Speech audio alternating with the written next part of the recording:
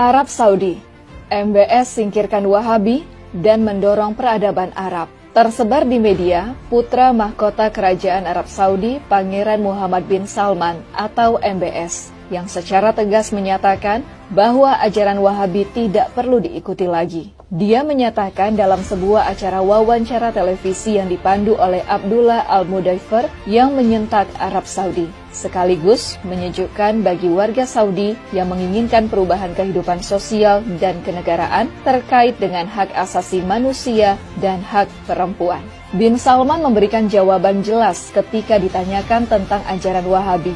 بأنه النفط سوف يتكفل بكل احتياجاتنا في المملكة العربية السعودية.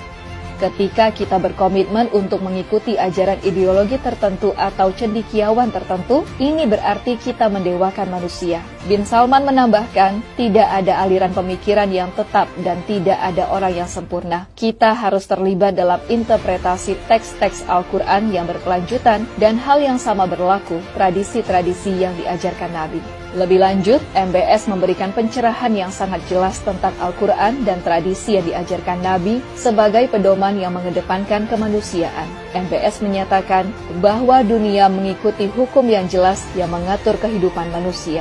Peran kami para penguasa Saudi, kata MBS, adalah untuk memastikan semua hukum yang disahkan di Arab Saudi tidak bertentangan dengan kepentingan kita Arab Saudi. Wahabi tidak hanya dilihat sebagai penghambat kemajuan dan modernisasi, namun sekarang Wahabi dianggap tidak berguna sama sekali bagi eksistensi Arab Saudi.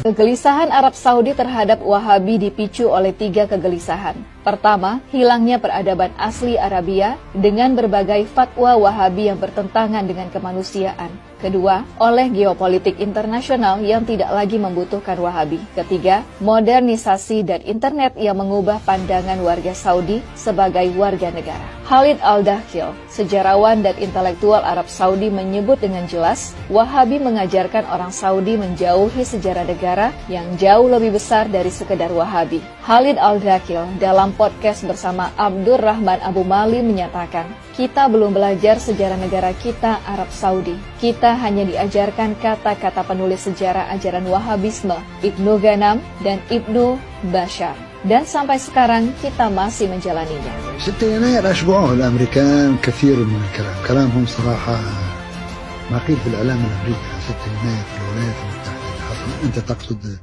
Saudi Arabia didirikan berdasarkan aliansi untuk membangun kekuasaan antara Muhammad bin Saud dan Muhammad bin Abdul Wahab pada tahun 1744. Bin Saud mendapatkan kekuasaan sebagai Raja Jazirah Arab. Muhammad bin Abdul Wahab menjadi juru stempel legitimasi kekuasaan bin Saud dengan menggunakan isu agama. Sejak saat itu, Saudi Arabia dan ajaran Wahabi menjadi satu kesatuan. Kini, Wahabisme tidak lagi mendapat dukungan negara Saudi dan Wahabisme tidak lagi menjadi agenda Saudi di panggung internasional. Di dalam negeri Saudi, Wahabisme kehilangan seluruh kekuatan ideologi dan politiknya karena polisi syariah yang sangat menakutkan dan kejam telah dibubarkan.